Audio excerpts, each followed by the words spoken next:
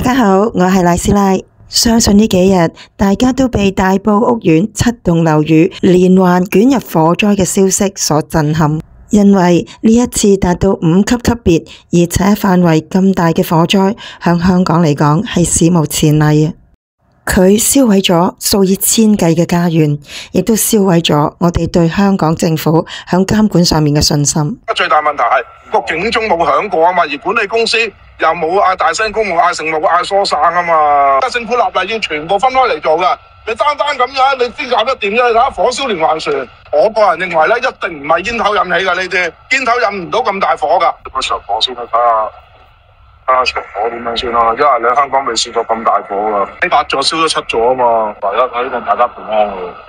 其實而家當務之急就係應該響控訴問責以外，盡快查找肇事嘅原因，迅速審查現時各個正在進行緊大維修嘅項目有冇潛藏同類嘅危機，而後續亦都應該要盡快制定嚴格、具法律效力兼具阻嚇力嘅政策同埋罰則，以免日後重蹈覆轍，災難再度發生。另外就係要為受災嘅家庭響心理同埋生活上邊都要制定一啲支援嘅方案，因為越早公布同埋越早落實，就係越會令死者早日安息，生者減免憂痛。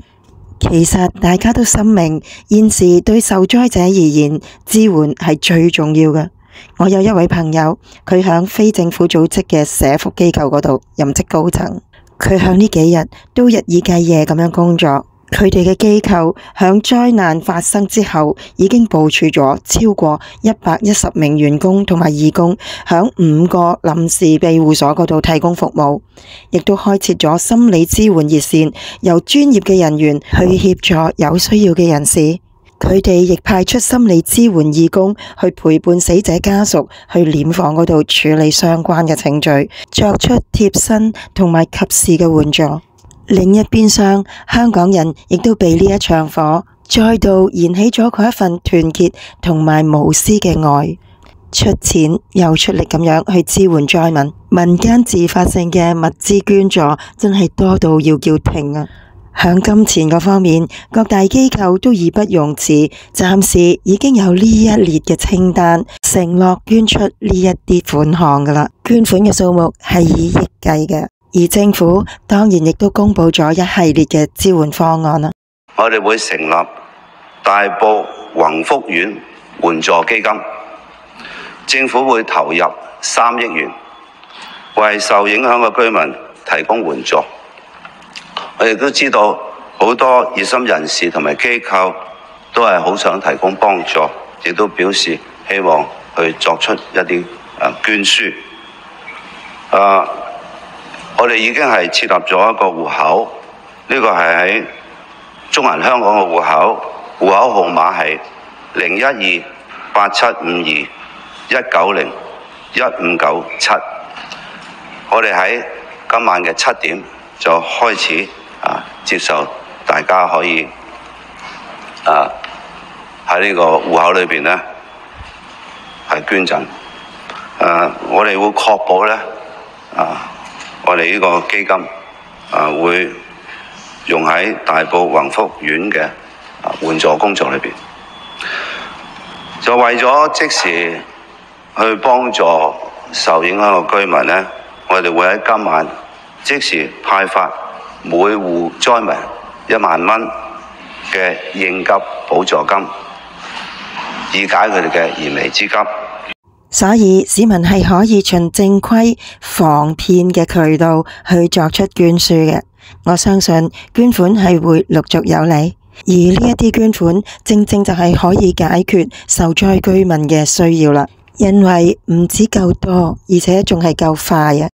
我哋都知道啦，響維修工程開展之前，相關受聘嘅工程公司係會為項目購買保險嘅。但係呢一筆賠償金，經專業人士嘅分析，認為呢一筆資金其實係唔足夠滿足未來嘅復修工作嘅。加上保險公司審批賠償嘅過程，基本上都係要以年計，花上幾年時間去成功索償，都係好平常嘅事。但係無家可歸嘅日子，即使多一日都嫌多。而上述嘅捐款就可以令到復修工程唔單止有足夠嘅資源，而且仲可以好快啟動添。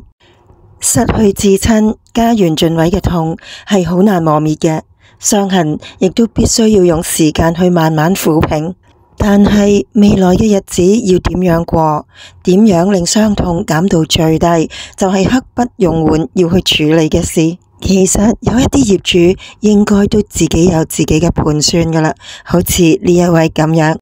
個係我人生嘅第一層樓，亦都係我全部資產。咁即係點啊？我諗住要嚟養老噶啦，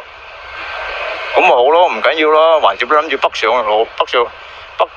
養老咯。加快北上退休養老嘅步伐，就係佢可以應付危機嘅方案啦。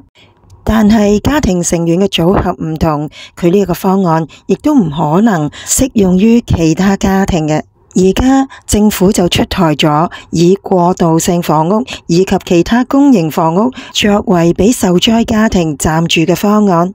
當然，對於一啲單純係長者嘅家庭而言，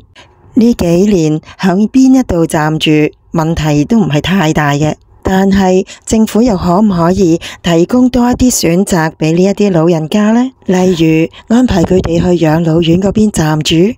可能響香港養老院嘅宿位實在係好緊張，唔可以安排得到俾佢哋嘅。咁樣暫時俾佢哋北上養老，又係咪可行呢？讓老人家可以響失去家園，甚至失去至親嘅災劫之後，得到更適切嘅照顧。有人響身邊看顧住佢哋，會唔會更有效減少佢哋胡思亂想嘅情況呢？因為真正全面嘅照顧係關乎身同埋心嘅。而北上安老嘅趨勢唔係正正就係政府一直想倡議嘅咩？另外，政府提供大約1800伙過渡性房屋俾災民暫住嘅方案，數目上好似係匹配嘅。但係有一啲家庭裏面嘅年輕人需要響市區工作，呢度講呢個方案就未必可以適合佢哋啦，因為佢哋嘅住所必須要配合到佢哋嘅工作地點。呢一種既有嘅需求，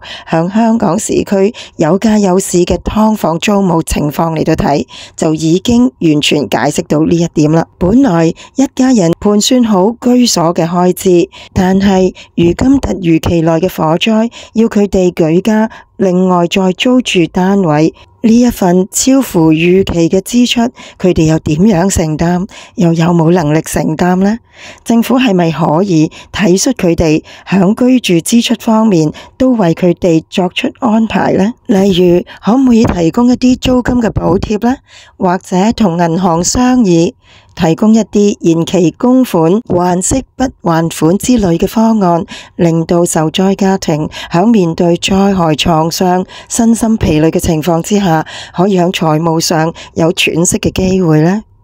呢一場火災所造成嘅傷害，的確係令人痛心嘅。有路過市民為宏福苑災民祈福，街坊都難掩悲痛之情。我沒在這邊，我是在另外一個小區，但是我也很心疼聽到這種事情，祝他們就是平安就好了，就是反正我不知道說什麼，反正很感動，很心疼。呢一份休戚已經無分中港，無分你我哋嘅情感已經係彼此牽絆住㗎。大家又有冇諗到一啲可以支援到受災家庭嘅方案呢？請你哋不妨響留言區嗰度提出你哋嘅諗法，我係會盡量將你哋嘅諗法反映開去嘅。香港一個被視為文明先進嘅國際大都會，竟然出現一場石屎森林大火，死傷無數，確實係好令人愧疚嘅。政府係必須要嚴肅咁樣處理呢一件事件，要揾出成災嘅原因，要定出滅災防災嘅政策，絕對唔可以一錯再錯。希望死者安息，生者警惕。